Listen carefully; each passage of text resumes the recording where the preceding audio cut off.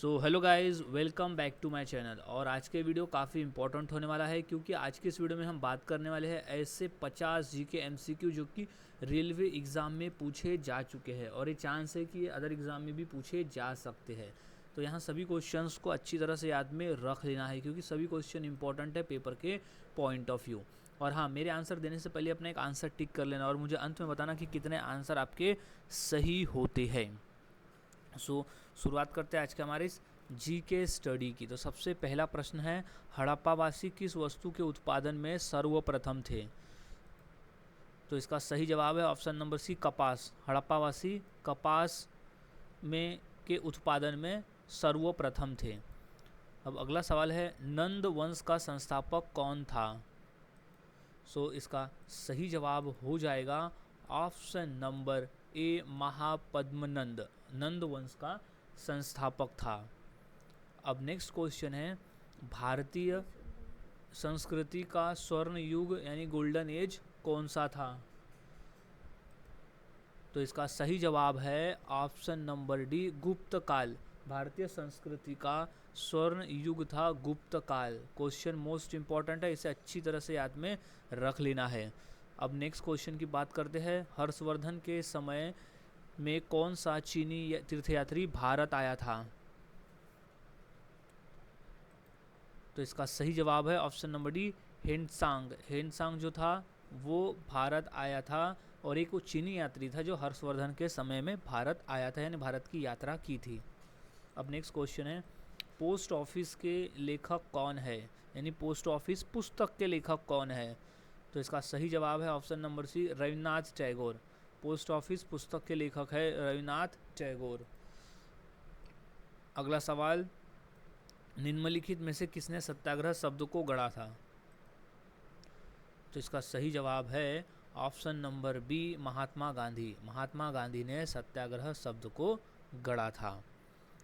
अगला प्रश्न है, भारतीय संविधान सभा की प्रारूप समिति के अध्यक्ष कौन थे?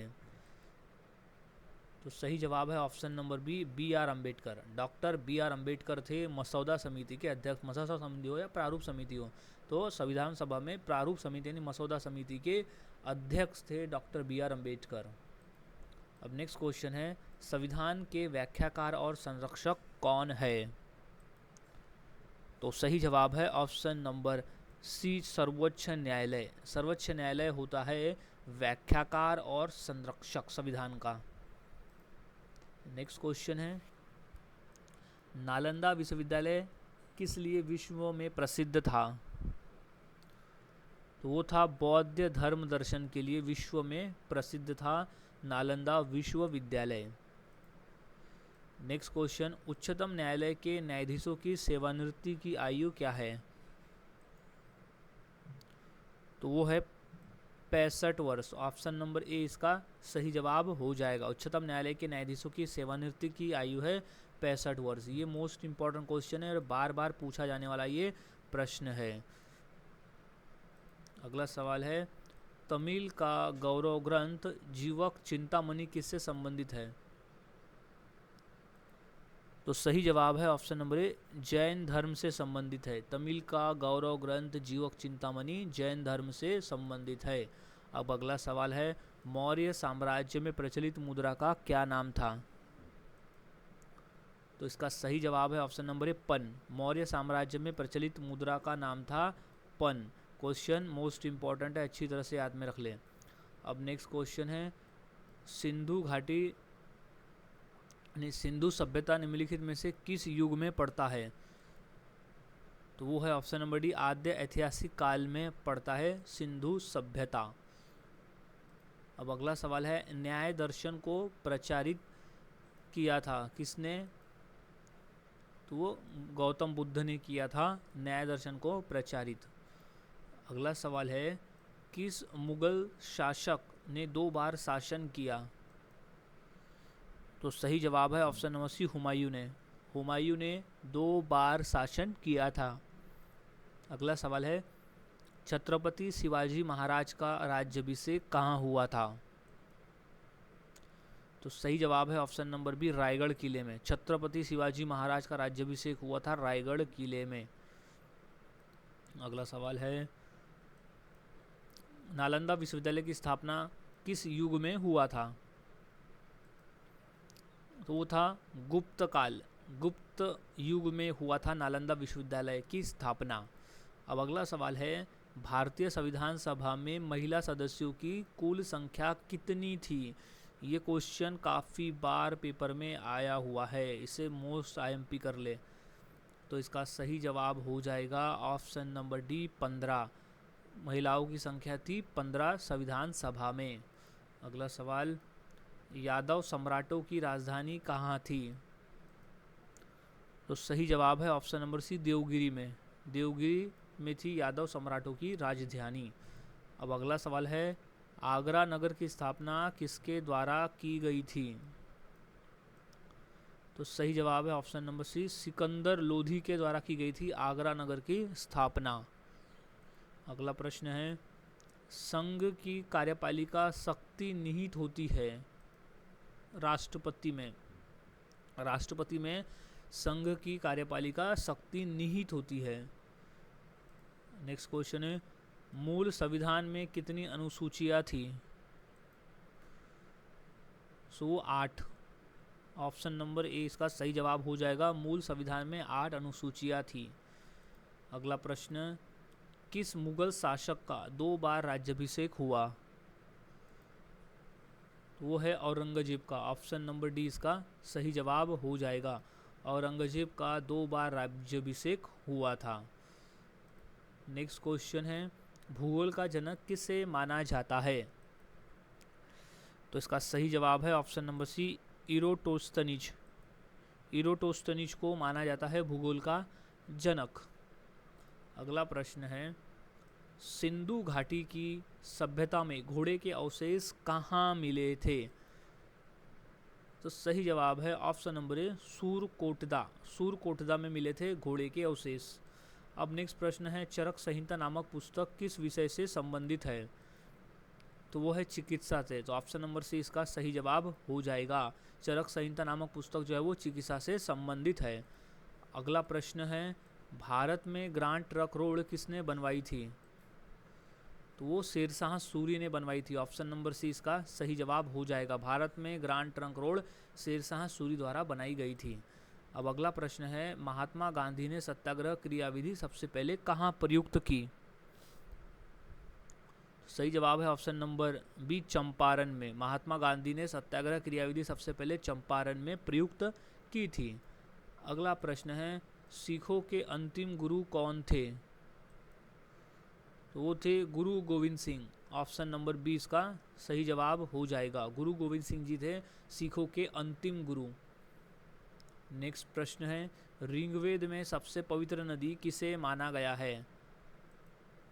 तो वो है सरस्वती नदी को माना गया है ऋग्वेद में सबसे पवित्र नदी। अगला प्रश्न है, वर्ष 1498 में वास्को डी गामा भारत में कहाँ उतरा था? तो सही जवाब है ऑप्शन नंबर बी, कालीकट में उतरा था। अगला प्रश्न, छत्रपति शिवाजी महाराज के साम्राज्य की राजधानी कहाँ थी? तो सही जवाब है option number B, Raigad. Chhatrapati Shivaji Maharaj के साम्राज्य की राजधानी थी रायगढ़ में। अगला प्रश्न, सन 1857 के विद्रोह के समय भारत का गवर्नर जनरल कौन था? तो सही जवाब है option number C, Lord Canning. Lord Canning था 1857 के विद्रोह के समय भारत का गवर्नर जनरल। अब अगला प्रश्न है, भारत में अंग्रेजी शिक्षा किसके द्वारा लागू की गई थी? तो वो था option number C, William Bentinck. William Bentinck के द्वारा अंग्रेजी शिक्षा लागू की गई थी। अगला प्रश्न है, भारत में आधुनिक शिक्षा का जन्मदाता किसे माना जाता है? तो वो है option number A, Lord William Bentinck को माना जाता है भारत में आधुनिक शिक्षा का जन्मदाता। अगला प्रश्न है, महावीर ने जैन संघ की स्थापना कहाँ की थी? तो इसका सही जवाब है ऑप्शन नंबर बी, पावापुरी में। महावीर ने जैन संघ की स्थापना की थी पावापुरी में। अब अगला प्रश्न है, सैनिक संगठन खालसा दल की स्थापना किसने की थी? तो सही जवाब है option number B, Kapur Singh. Khalsa Dal यानी ये सैनिक संगठन था, उसकी स्थापना की गई थी कपूर सिंह के द्वारा। अब अगला प्रश्न है, वर्ष 1829 ई में सती प्रथा का उन्मूलन किसके द्वारा किया गया था? तो सही जवाब है option number C, Lord William Bentinck के द्वारा किया गया था सती प्रथा का उन्मूलन। अब अगला प्रश्न है, लोकसभा के महासचिव की नियुक्ति कौन करता है? तो इसका सही जवाब हो जाएगा ऑप्शन नंबर बी, अध्यक्ष। जो लोकसभा का अध्यक्ष होता है वो महासचिव की नियुक्ति करता है। अगला सवाल, संविधान की 8वीं अनुसूची में सम्मिलित भाषाओं की संख्या कितनी है? तो टोटल 22 भाषाएं हैं। संविधान की 8वीं अनुसूची में सम्मिलित टोटल 22 भाषाएं हैं। अगला सवाल, त्रिपिटक धर्म ग्रंथ किसका है? तो वो है बौद्धों का। ऑप्शन नंबर बी इसका सही जवाब हो जाएगा। अगला प्रश्न, भारत में निर्वाचन सूची तैयार करने की जिम्मेदारी किसकी है? तो सही जवाब है ऑप्शन नंबर ए, निर्वाचन आयोग की है सूची तैयार, यानी निर्वाचन सूची तैयार करने की जिम्मेदारी। अब अगला प्रश्न है, संविधान सभा का प्रथम अधिवेशन कहाँ हुआ था? तो इसका सही जवाब हो जाएगा ऑप्शन नंबर सी, दिल्ली में हुआ था संविधान सभा का प्रथम अधिवेशन। अगला सवाल, उच्च न्यायालय के न्यायाधीशों की नियुक्ति कौन करता है? तो सही जवाब उसका हो जाएगा ऑप्शन नंबर ए, राष्ट्रपति। उच्च न्यायालय के न्यायाधीशों की नियुक्ति करता है राष्ट्रपति। अगला प्रश्न है, स्वतंत्र भारत का अंतिम गवर्नर जनरल कौन था? तो सही जवाब ऑप्शन नंबर ए, सी राजगोपालाचारी थे स्वतंत्र भारत के अंतिम गवर्नर जनरल। अब नेक्स्ट क्वेश्चन है, झंडा गीत किसने लिखा है? तो सही जवाब है ऑप्शन नंबर डी, श्यामलाल गुप्त पार्षद द्वारा लिखा गया है झंडा गीत। अगला सवाल है, अंगोर वाट कहाँ स्थित है? तो इसका सही जवाब है ऑप्शन नंबर सी, कंबोडिया में स्थित है अंगोर वाट। नेक्स्ट प्रश्न है, खजुराहो स्थित मंदिरों का निर्माण किसने किया था? तो सही जवाब है option number D, Chandel Rajput ने किया था। खजुराहो स्थित मंदिरों का निर्माण किया था चंदेल राजपूत ने। अब अगला सवाल है, सिंधु सभ्यता का पत्तन नगर यानी बंदरगाह कौन सा था? तो सही जवाब है option number D, Lothal. Sindhu सभ्यता का बंदरगाह था लोथल। नेक्स्ट प्रश्न है, उज्जैन का प्राचीन नाम क्या था? तो सही जवाब है ऑप्शन नंबर ए, अवंतिका। उज्जैन का प्राचीन नाम था अवंतिका। सो गाइज, आज की इस वीडियो में हमने ऐसे 50 क्वेश्चन देखे जो काफ़ी इंपॉर्टेंट थे पेपर के पॉइंट ऑफ व्यू। तो यहाँ सभी क्वेश्चंस के आंसर आपको अच्छी तरह से याद में रख लेना है क्योंकि सभी क्वेश्चन इंपॉर्टेंट है। सो मिलता हूँ ऐसे ही और नए जी के क्वेश्चंस के साथ अगली वीडियो में। तब तक के लिए चैनल के साथ बने रहे, वीडियोज़ को देखते रहे और इसी तरह से जीके की प्रैक्टिस करते रहे।